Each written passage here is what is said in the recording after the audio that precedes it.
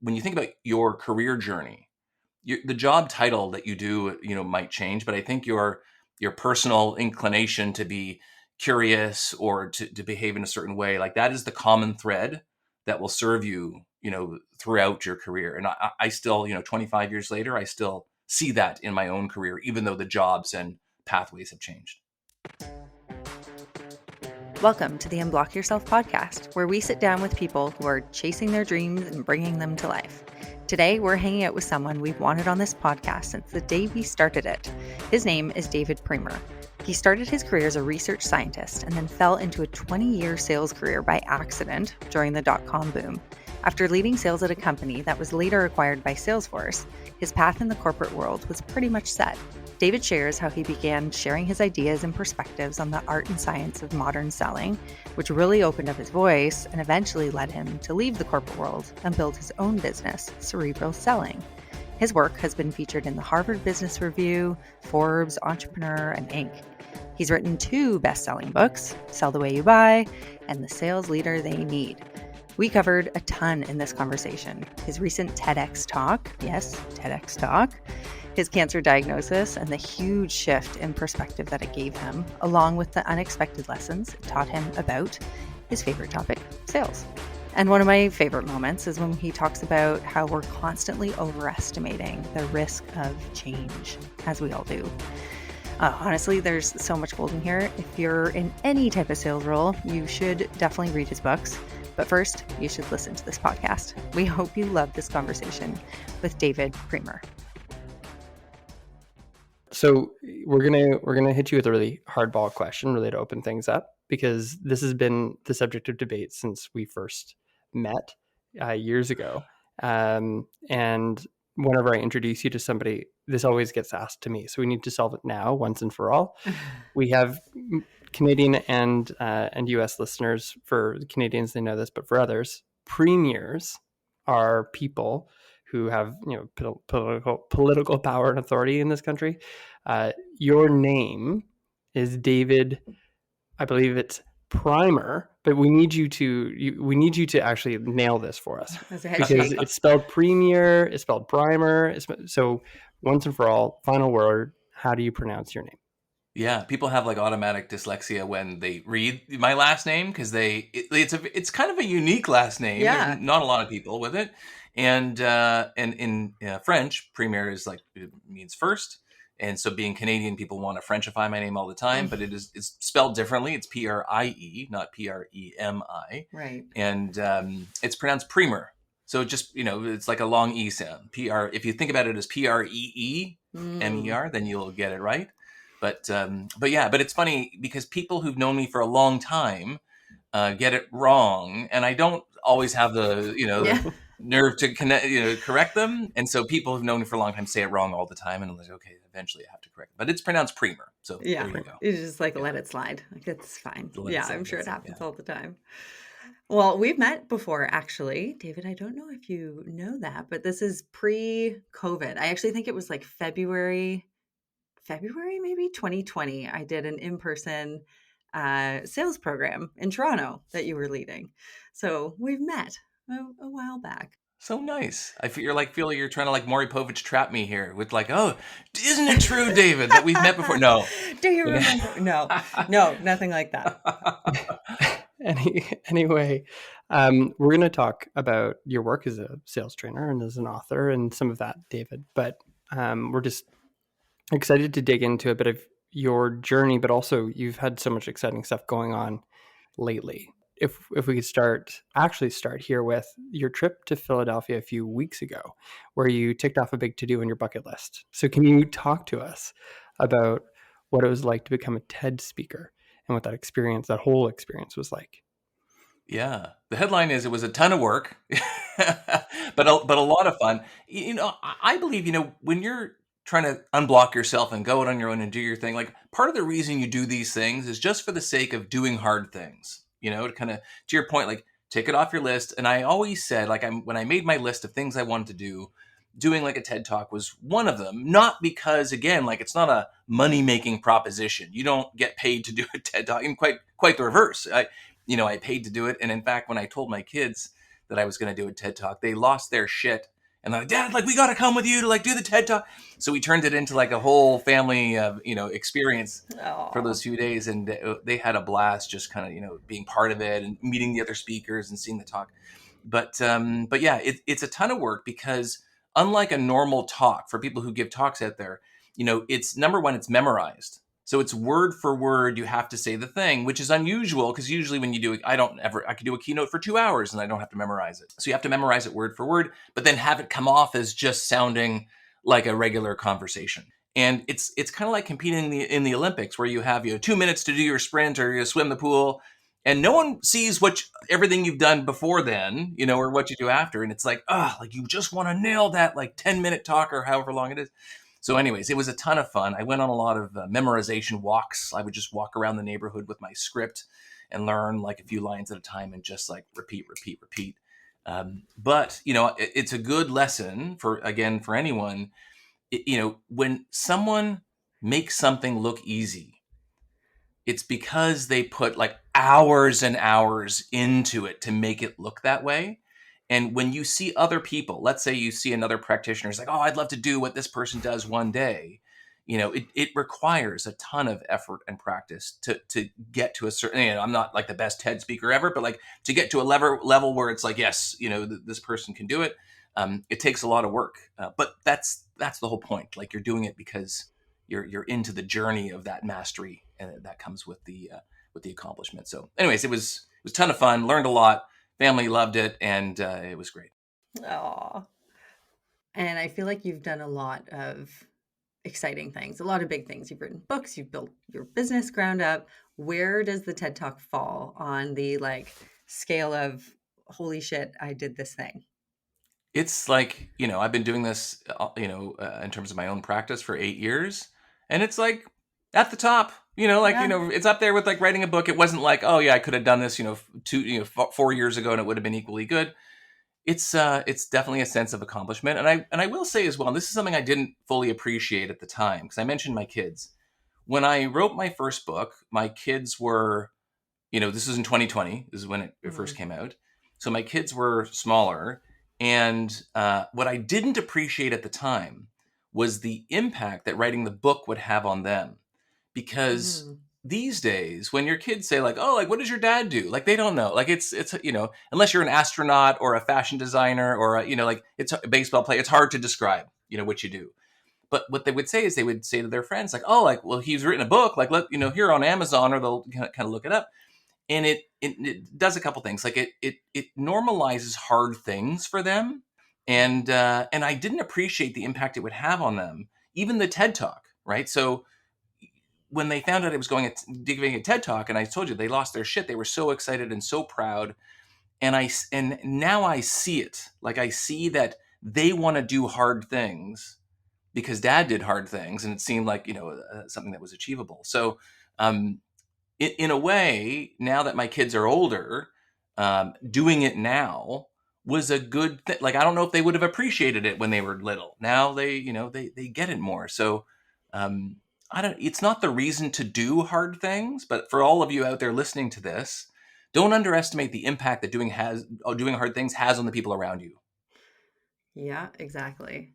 Well, you haven't always been doing this work. So I know you talk in some of your writing about your training as a scientist. I'd love to hear a bit about that. Like, how do you go from, that work and studying the sciences to the work that you're doing now? Maybe just a few highlights, because I'm sure that's a big story, but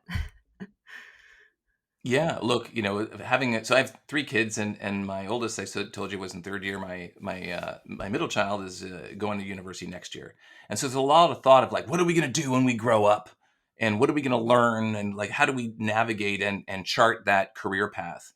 And I don't know, like I'm one of these people. I'm like, most people who learn something in school don't go on to do that thing for the rest of their lives, unless you're professional or a tradesperson, which is all great.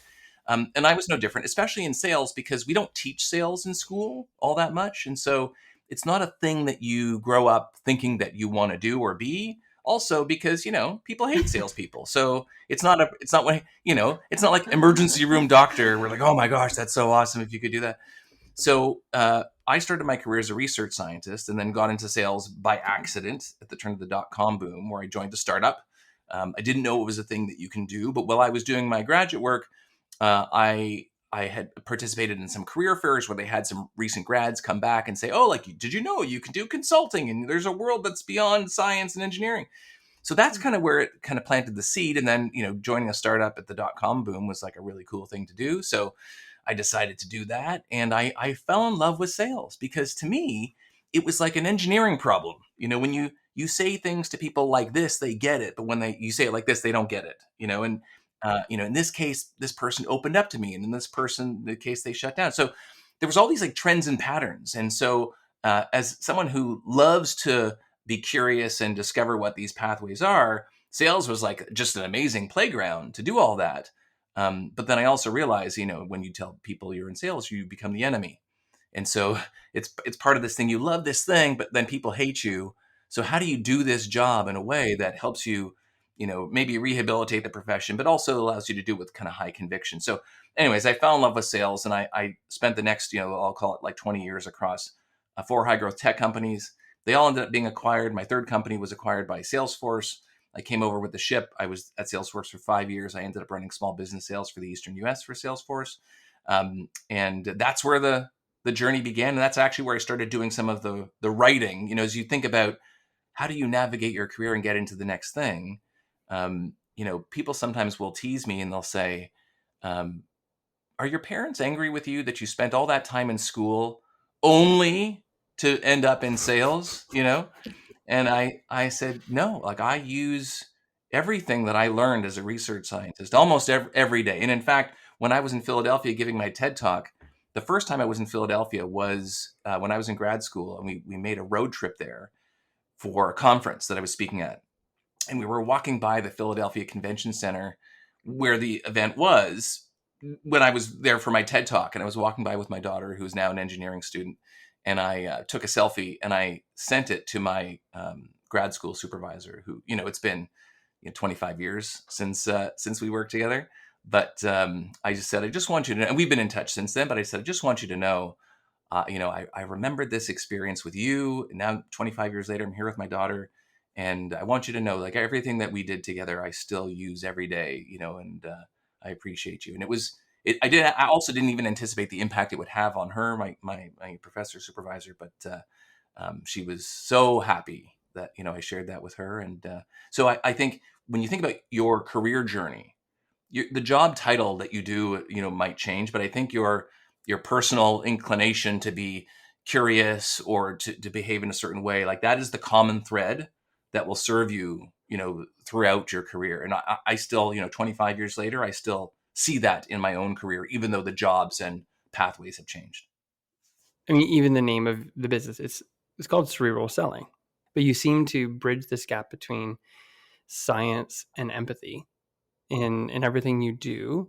Like, have you always kind of had that combination of those two things? The sort of first part of the question. The second part is, like, how do you bridge that gap between the science side and then the more empathetic human side of what selling, when done well, really is all about? I still think they're related. People say, "Oh, is sales more of an art than a science?" But art is also science, so it's all the same thing.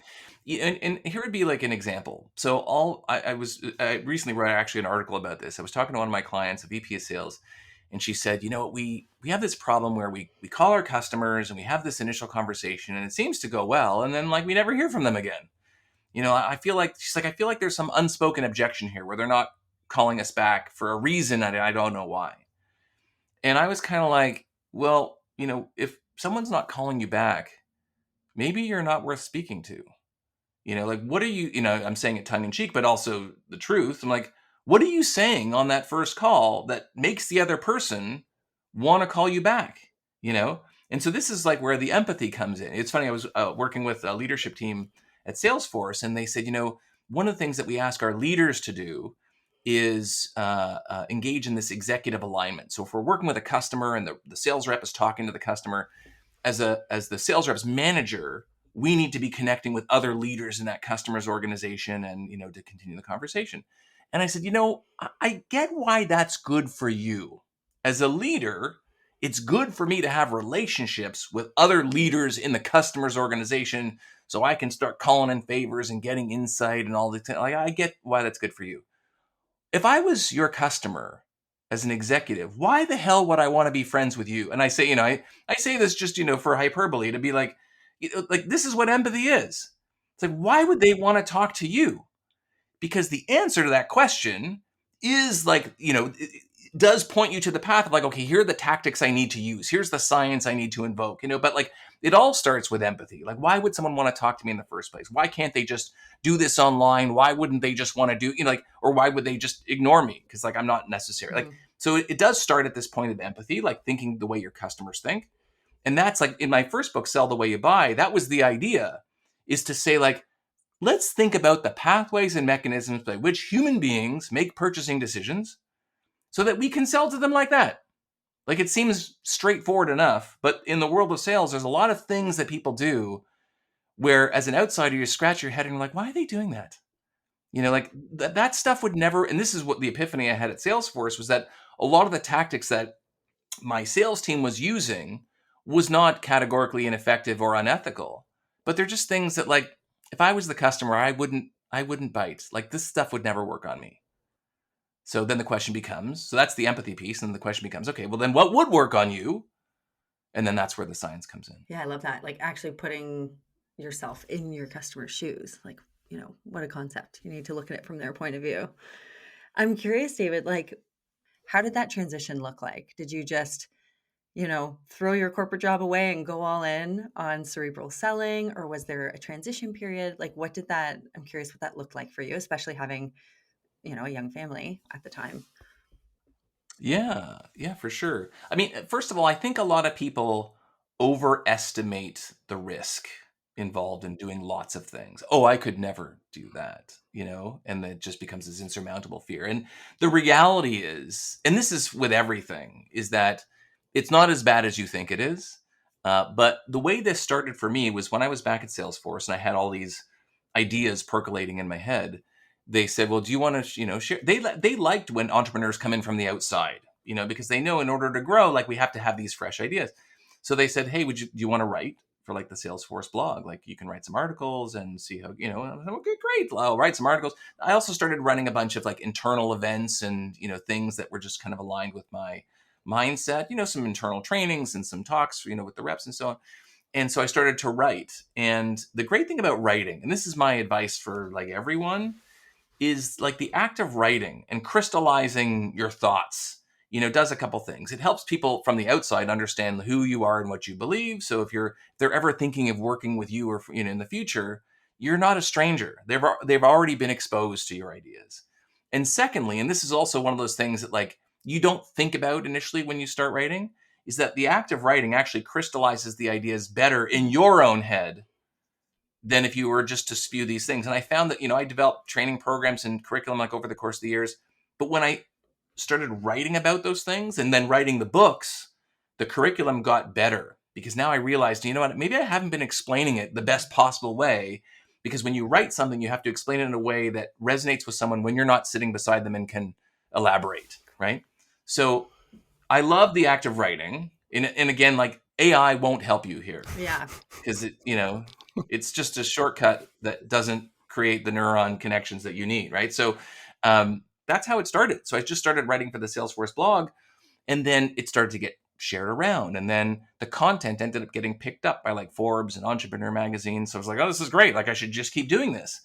And I did it throughout my career at Salesforce. And then when I left Salesforce, I kept doing it. I kept writing, for Salesforce. And the content, by the time, I started my business, I probably had about 25 articles that I'd written, and they were kind of like all over everywhere. So when my friends, Whitney and Greg say like, oh, hey, David, like, do you have an article on this? I'm sending you like to all corners of the internet. I'm like, I should just have my own website. This is dumb.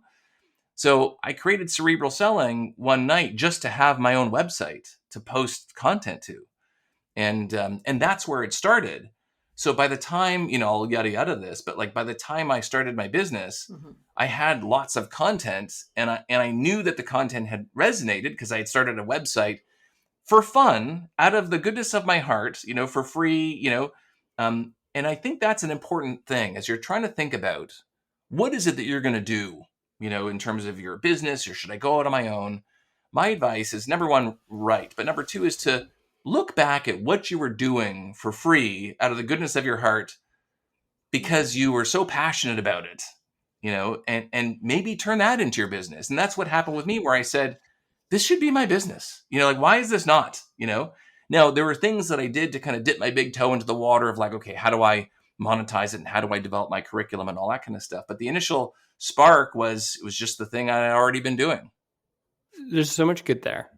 I want to ask on behalf of people who we've worked with and others who might listen to this, who say, I'm being generous, I'm doing something I love, I'm chasing my passion. I just really don't like coming across as salesy, which is something we've heard multiple times. What advice would you give there? Because I think this ties right into the cerebral selling, sell the way you buy mindset, and would love your take on that. For sure. Well, look, I have an article on my blog called How to Sell If You Hate Selling, because a lot of people, hate selling. And a lot of people, even in sales, don't like talking to salespeople. So it's not a surprise. That's okay. The advice I give, so in that article, I give kind of three pieces of advice. Number one is, instead of leading with a pitch, and I saw this a lot, and I still see it a lot in the mainstream sales space, which is when you feel like you're pitching someone and you feel a little gross, it limits your ability to pitch with conviction. People can, whether you believe or not in what you're selling, people can tell.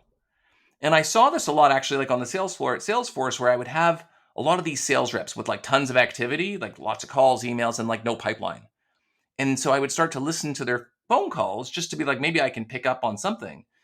And imagine I'm listening to all of these, if I can just, again, use some hyperbole, these kids that we've told to call grownups and talk about how we're going to change their world with the future of whatever. Okay. Now, these kids have never done the job of the person that they're calling on, and to them, it's like an academic exercise. Oh, did you know that we can help you do blah, blah, blah, blah, blah.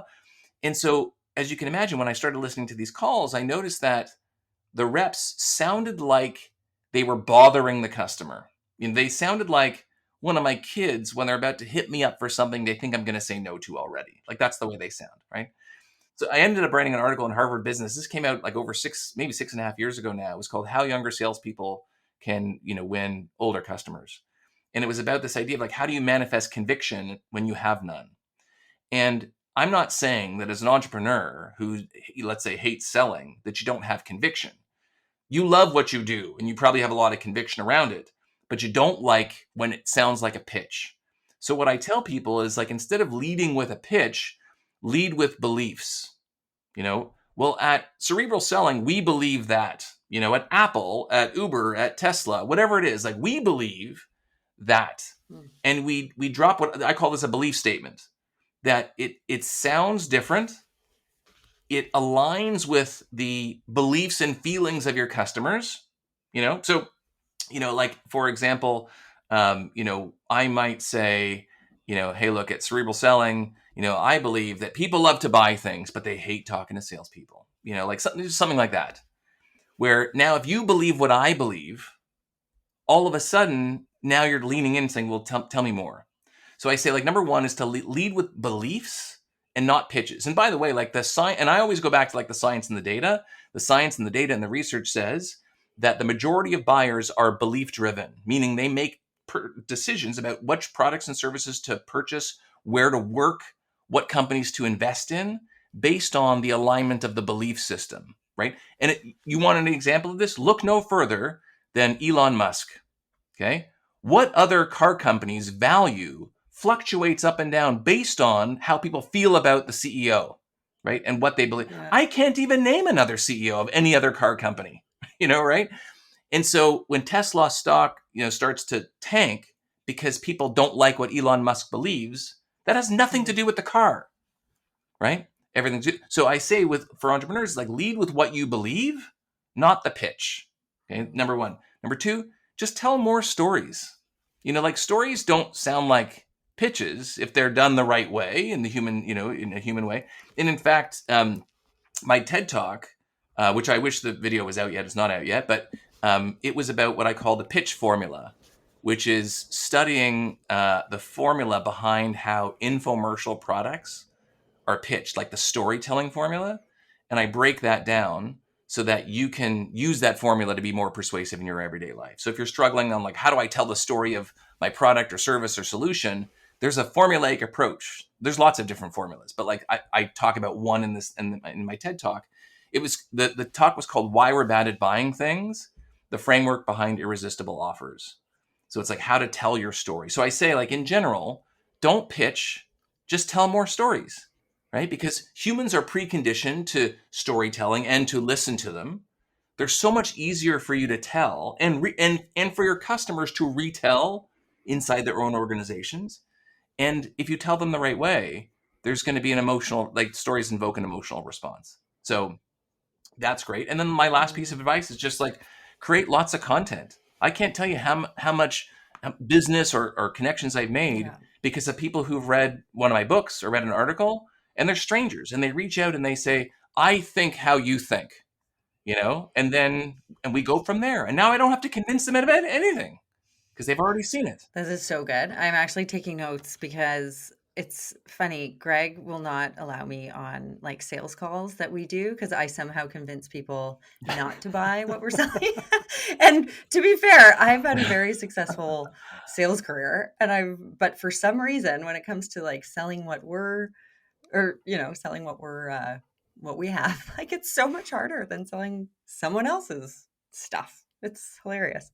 And I've found the opposite to be true, which is so interesting for us. But I think it comes back to that belief. I believe that we have something that can help people. And so when I'm talking to somebody who I think I can help, I'm not really talking about this program or this retreat or this thing. It's like, you've got to let me help you. Yeah, there's an interesting thing about conviction. I like how you talk about that so much in your writing. Yeah. I'll give you one other piece of it. This is just another piece of sales advice. There's a lot of people out there who believe they can help other people. And I think that's great as a starting point. I get prospected into all the time. People want to sell me things all the time. Everyone kind of sounds the same. And as a buyer, like, I don't know who to believe, right? Like, who actually has this? Because it's very easy in some ways to kind of nail. I mean, I'd say it's not always easy to nail the conviction statement, but it's easy enough. And then the question is, okay, who do I trust? And I tend to trust people who deeply understand not the end result or the product or the benefit I'm after. Oh, you want to do more with less. You want to grow your business. You want to get unstuck, but who understand the problem. Here's why.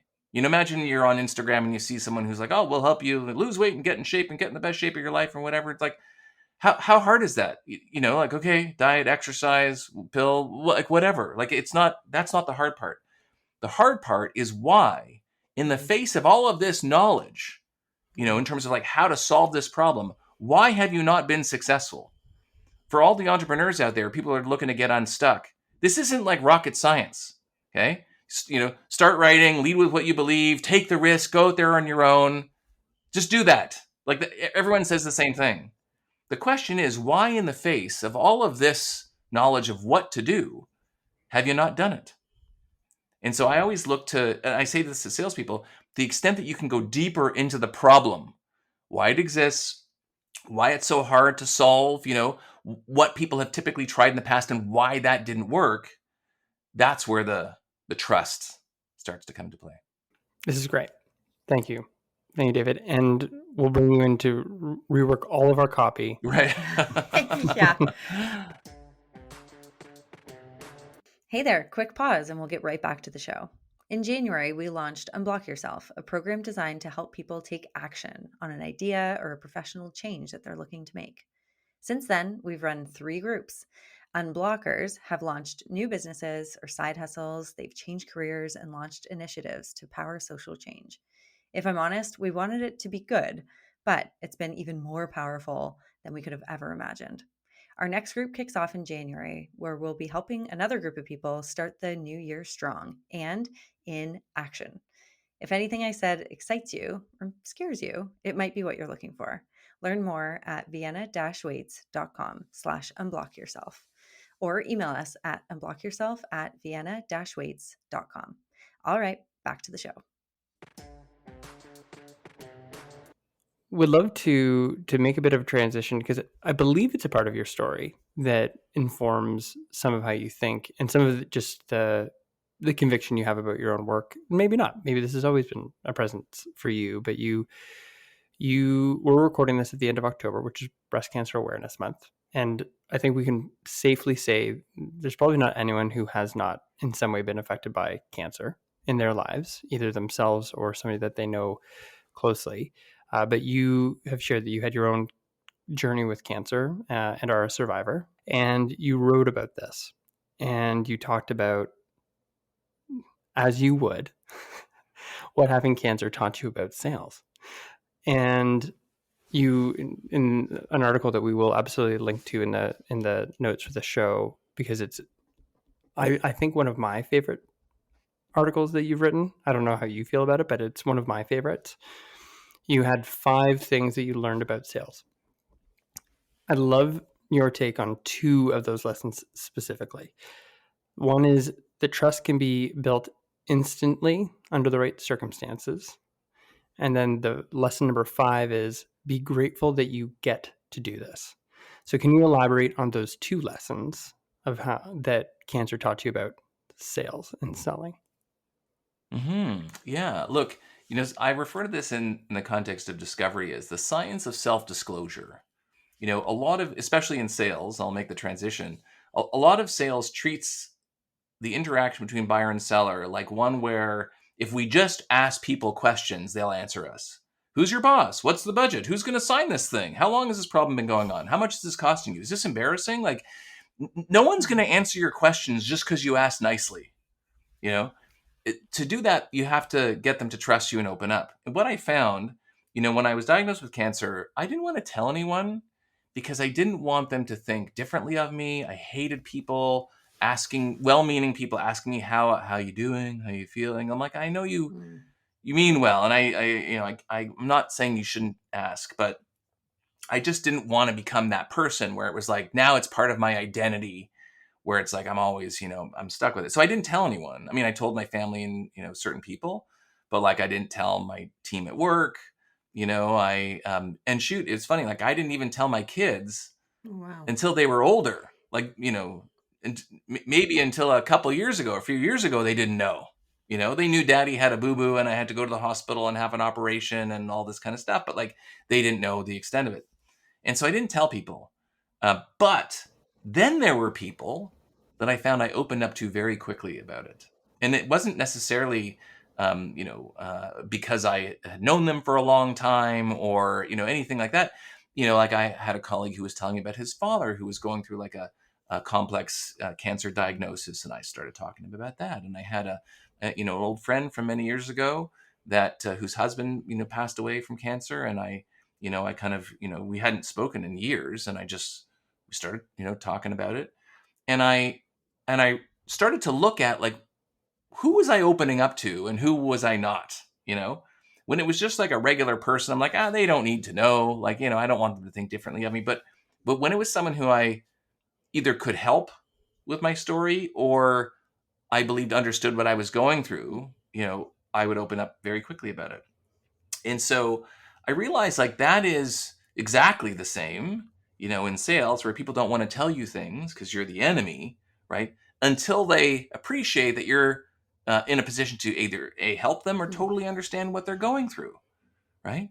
And so, that's the really important thing is that the human connection when it comes to the science of self-disclosure, because trust, which is like we think about it as the holy grail in sales, that can be built like instantaneously under the right circumstances, right? And now I'm much more open to talking about it. Again I didn't talk about it for many years, but so yeah, that's the biggest lesson is that trust can be built instantaneously. And every time I talk to a customer who says, and it's usually like in a one-on-one kind of situation where they say, okay, I probably shouldn't be telling you this, but first of all, that's so helpful when they tell you things that, yeah, I shouldn't tell you this, but I never feel as the seller like, oh, score, like I got them to divulge their secrets to me. I whenever that happens, I think, how great is this? Michael, thank you for telling me, because it makes this so much easier for me to help you when you're honest. But the fact that people open up and say, I probably shouldn't be telling you this, but if you ever get to that in your sales interaction, you know that you've done something right, because they feel comfortable opening up to you. So and it can happen in an instant. I've had that with strangers. A bit of my story, and people who listen to this may know bits of my story, but if I were to evaluate the quality of conversations I've had with friends, but probably more specifically with strangers since all of that happened, when people know that about me, know that I have a wife who died and I've had to figure out a next chapter past that, the quality of conversations are not even comparable.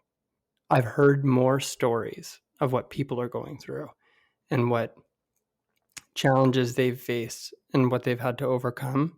This made me feel like, as horrible as that experience was, what a gift to now have that part of my story so that I can connect with people in such a different way. So anyway, just wanted to reflect that back, that it's a big one. 100%. It's a strange relationship you have with that experience, because if you had to start from the beginning, you would never say, oh, I would like that to happen, But then once it happens, and now you have no choice, you feel grateful that it happened. You wouldn't ask for it, but now I can't imagine it not be that, that not being the case. Everyone has something. It forms us who we are as people. And so now I can't imagine having not, had that experience. But that also leads into, the part about gratitude. So let's jump there. Nice dovetail. Yeah. Be grateful that you get to do this. If you could elaborate on that, that would be fantastic. Yeah, it's funny, like when you read that article, I want people to know that I don't share those thoughts from a position of mastery. Like, I went through this thing and now I've figured it all out and I've mastered these things and now I'm at one with the universe. Because all of those things are things that I still struggle with, that people still struggle with. And, again, like, it's not that when you go through any of these things, you've achieved a level of mastery, but why do I write these things and talk about them, and the gratitude is because these things are hard. You will always be looking over your shoulder, worried, no matter how long it's been, since you've had it, you're a different person. It's like going to war. You're a different person than you were before. And so things like certainty, I'll go for, routine scans every year and blood work and whatever. And I'm not cool when I'm waiting for test results. I still struggle with the, certainty, and gratitude is one of those things. And I remember after I had, my first surgery, I was doing a startup, and I remember thinking after that surgery that none of this is important. It was like a few days after I got home from the hospital, and I had two, kids at the time. They were little, and we went to the park, and I was sitting there on the bench watching them play, and I'm just like, nothing else matters except for this. But then a funny thing happens, which is both good and bad. You snap back into normal everyday life, right? Now you're worried about your quota and the Q4 number and all this kind of stuff, and you forget what it was like, in that moment. It's like you get your future back. So I write these things partially to help others and partially to help me to remember, what's important, because it is so easy to like snap back into normal everyday life. And now you're pissed because someone cut you off in the Costco parking lot. And I say this to you now, like clear-headed, it doesn't matter. But in that moment, it's very easy to get wrapped around the axle, and I still do. Oh, so good. Before we move to close things out, you shared your lessons that having cancer gave as it pertains to selling and sales. Just want to give you the opportunity to add if there's anything that goes beyond the the Cerebral selling brand of the experience to reflections that you have on how it's maybe shaped your life in a different way. Yeah. There's a saying that I have. I mean, it's not, I don't own this saying, but I say this a lot to my wife and we say it to each other, which is like, you have to live. And so sometimes it's tricky to figure out, okay, what should I invest in? What should I spend money on? Should we go on this vacation? Should we not? Should we do this? Should we not? And a lot of there are things that, the tie gets broken by the statement, you have to live. And so I'm not a fancy person. I wear the same thing, every day, my t-shirt and sweatpants or whatever it is. But there are certain things that I have no problem investing in. Family vacations. We're always like pretty religious about taking family vacations. I go on vacations with just my wife as well. It's very easy to put things off and say, well, I'll do that, later on. I remember my wife and I, we would always joke about how we have to go to the gym. We have to, be in shape because later when when the kids are all moved out, we got to go to Europe and walk together in Europe. And, over the last few years, we've taken just mommy daddy vacations, and we've gone to Europe and we're walking, and we said, look, we're doing it, like we're old, we're doing it. And so I say that, what has the experience, taught me? Like, you have to live. And there are certain things where you're just like, let's not wait to do this, we should just live. The work will always be there. I love to work, by the way. Like, I love it. I love to be engrossed in what I do. I've always been that way, for better or for worse. That's why I love the startup hustle and the life, and being in sales, which is really, bad profession to be in if you want to have a lot of peace. But, but, I can't deny that. But this idea of like, you just, you have to live, because who knows? There's no certainty, in life, and you don't want to have any regrets. And that's part and parcel of why I decided to start my business and write a book and do the TED Talk. Because I'm like, I just don't want to get to, it'll never be enough, but I just don't want to get to the end and be like, oh, I should have done that, And so regret can be a very powerful motivator, in a lot of ways. And even just decisions you're thinking of making, if you frame it through the lens of, how will I feel if I don't do this? Will I be okay, or will I regret it? And if I'm going to regret it, then I should probably do it. So yeah, I'd say it shaped my point of view in terms of just, you got to live, and certain things you have to do under the banner of living. Love that. That's so good. Well, thank you, David. This has been an awesome conversation. One question we do like to ask is there a book, and it could be yours, and we will put your books no matter what in the show notes for people to find, but is there a book or a podcast or something that, like, you've loved or you've taken a lot from, that you think other people should read or listen to?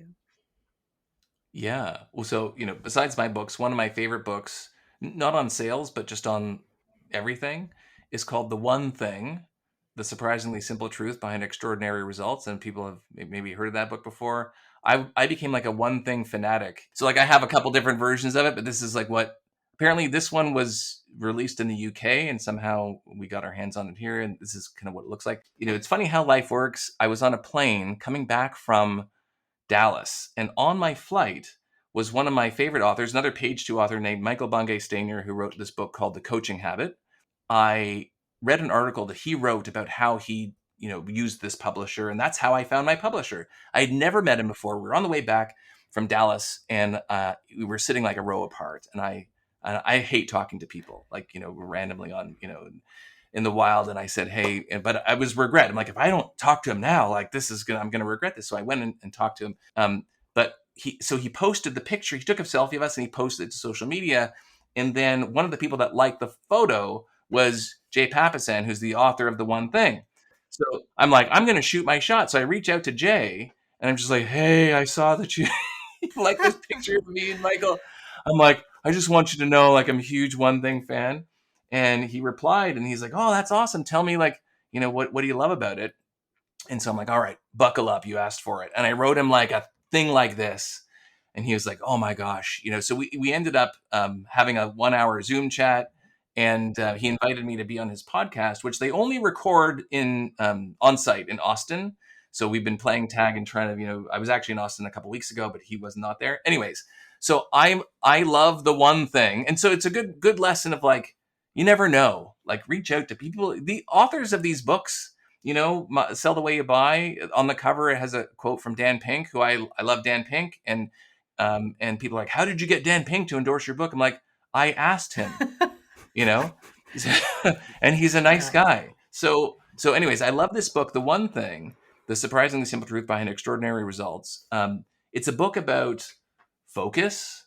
It's a book about like asking like, what is it that you want? But it's really gets into the science and really tactical about like people who have achieved great things and the focus they bring and how to ask yourself, how to, go from what you're doing today to kind of, a world where you can achieve extraordinary things by, focusing. So I found it's a great book for life, for entrepreneurship. And so it's usually like the number one book I recommend to people. Love it. David, we are so grateful that you took this time to spend with us to share some, I think, just tremendous insights with anybody who listens to this. We give you full permission to share this episode with anybody who's been calling you by the wrong pronunciation of your name in your personal network, and we appreciate that too. We love it when people listen to the show. So we're just so grateful for that. As a kind of closing thought from you, is there anywhere that you'd like people to connect with you or find you if they hear this and want to reach out? Yeah, look, I'm, LinkedIn is probably like the number one place people find me. Just make sure you spell my name correctly so you find me. And then, yeah, you can, I give away, tons of stuff for free. So you can always go to cerebralselling.com or look me up on Amazon if you want to check out my books. But yeah, if you want to connect with me, LinkedIn is a great place. Perfect. Well, yeah, thank you. We'll see you in Toronto for another walk and talk soon, I hope, and we hope. We just appreciate you being here. So thank you. Thank you. Yeah. Thanks so much. Appreciate and go Jays. it. Go Jays. By the time this comes out, sleep. I know. I know. What's going to happen? It's going to be this weird time warp listening to this because you're wearing your Jays hat today. And by the time this episode comes out, the two things we hope will have happened by the time this episode comes out is that your TED Talk is live and that the Jays have won the World Series. Thank you for listening to the Unblock Yourself podcast. If you enjoyed this episode, please take a moment to follow and rate the podcast. Your ratings and feedback mean the world to us. We'd love to stay connected with you via our bi-weekly newsletter called the VNF5, where we share ideas and advice that we found helpful on our own journey to live with more intention. You can also find us on LinkedIn and Instagram. For those Gen Z listeners out there, no, we're not on TikTok. But if enough of you ask for it, we'll just have to do it at some point. The links to find us on social are in the show notes. The Unblock Yourself podcast is edited and produced by Bespoke Productions Hub. Thank you for being here.